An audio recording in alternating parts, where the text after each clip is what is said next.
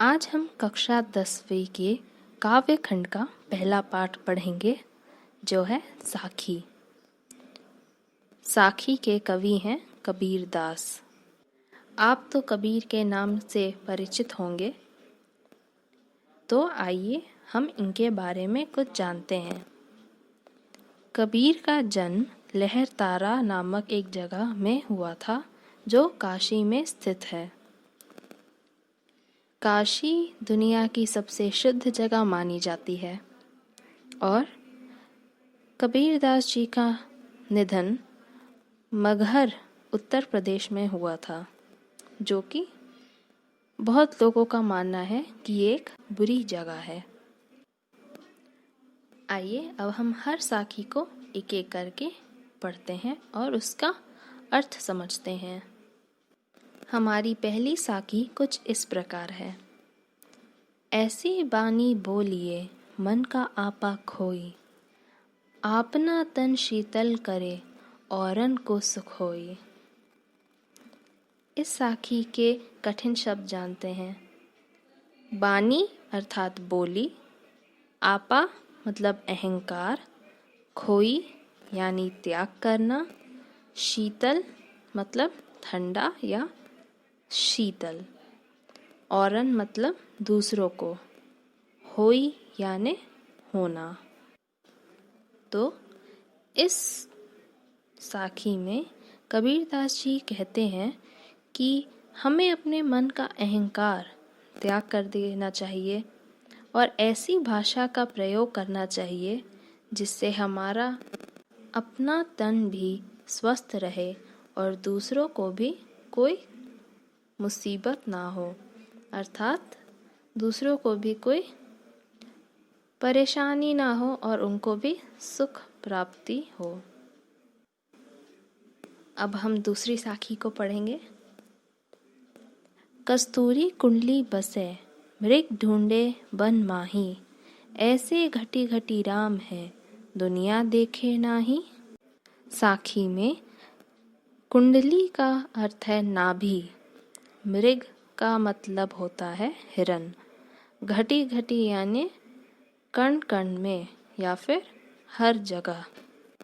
तो इस साखी में कबीर दास जी कहते हैं कि जिस तरह एक हिरन कस्तूरी की खुशबू को जंगल में ढूंढता फिरता है, जबकि वह सुगंध उसकी नाभि से विद्यमान होती है, परंतु इस बात से वह बेखबर होता है, उसी प्रकार संसार के कण कण में ईश्वर विद्यमान है और मनुष्य इस बात से अनजान है।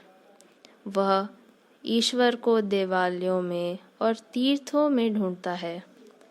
कबीर जी कहते हैं कि अगर ईश्वर को ढूंढना है तो हमें अपने मन के अंदर झांकना चाहिए, क्योंकि ईश्वर सबके मन में है। तीसरी साखी में कबीर जी कहते हैं, जब मैं था तब हरि नहीं, अब हरि है मैं नाही, सब अंधियारा मिटी गया जब दीपक देखा माही। इस साखी में मैं का अर्थ है अहंकार, हरि यानी परमेश्वर, अंधियारा अर्थात अंधकार। इस साखी में कबीर जी कहते हैं कि जब मेरे मन में मैं मतलब अहंकार था, तब मेरे मन में ईश्वर का वास नहीं था, पर अब मैंने अपने मन से अहंकार को हटा दिया है, अर्थात मेरे मन से अहंकार गायब हो गया है और अब इसमें केवल प्रभु का ही वास है।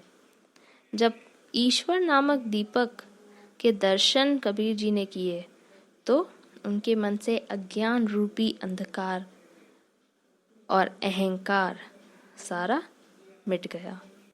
चौथे साखी में कबीर जी कहते हैं, सुखिया सब संसार है खाए अरु सोवे, दुखिया दास कबीर है जागे अरु रोवे। इस साखी में सुखिया का अर्थ है सुखी, अरु यानी अज्ञान रूपी अंधकार, सोवे मतलब सोया हुआ, दुखिया मतलब दुखी, रोवे यानी जो रो रहा हो। इस साखी में कबीर जी कहते हैं कि संसार के लोग अज्ञान रूपी अंधकार में डूबे हुए हैं और अपनी मृत्यु आदि से भी अनजान सोए हुए हैं। ये सब देखकर कबीर जी दुखी हो रहे हैं और वो रो रहे हैं।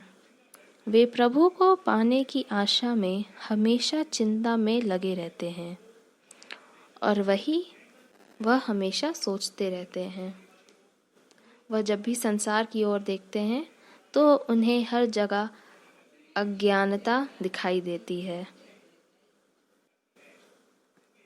5वें साखी में कबीर जी कहते हैं, बिरह भुवंगम तन बसै, मंत्र न लागे कोई, राम वियोगी ना जीवे, जीवे तो बौरा होई।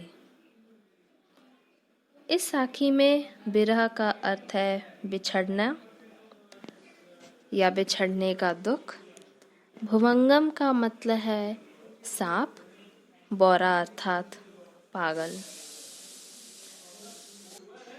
इस साखी में कबीर जी कहते हैं कि जब मनुष्य के मन में अपनों से बिछड़ने का गम सांप बनकर लौटने लगता है तो उस पर कोई मंत्र का असर नहीं होता और ना ही कोई दवा उसे ठीक कर पाती है।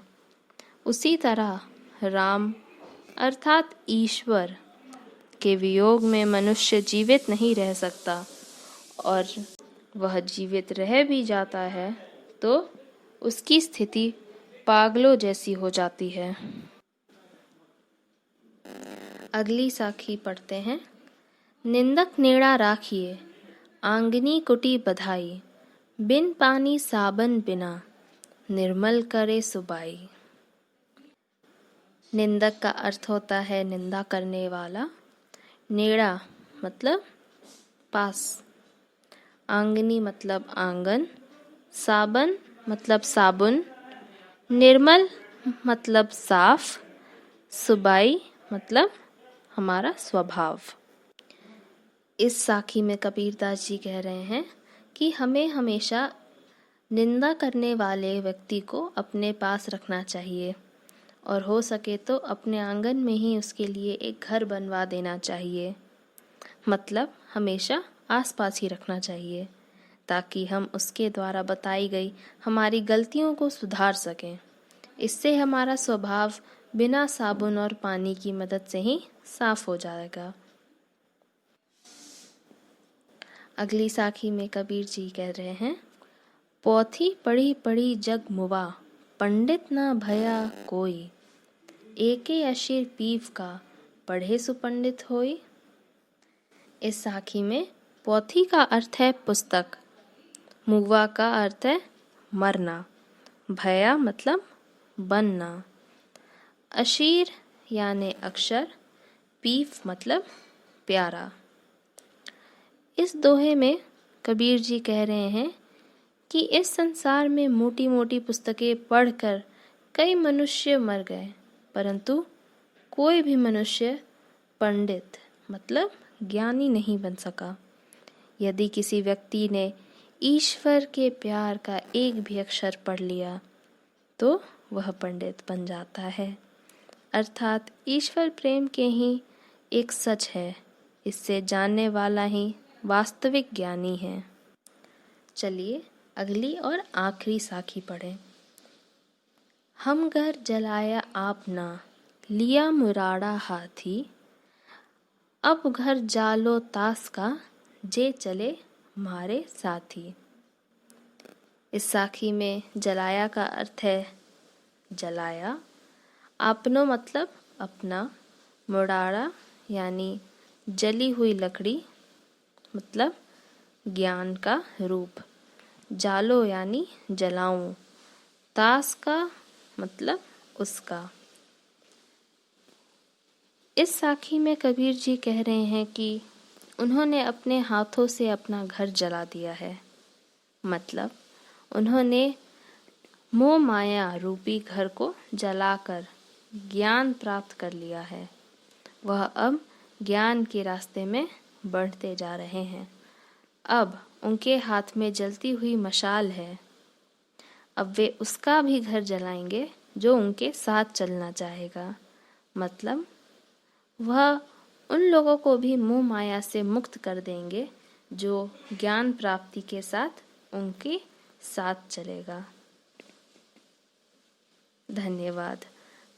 अगर आपको यह पसंद आया तो आप ज़रूर लाइक करें, और अगर आपको किसी और पार्ट का एक्सप्लेनेशन चाहिए तो कमेंट बॉक्स में ज़रूर लिखें। Thank you.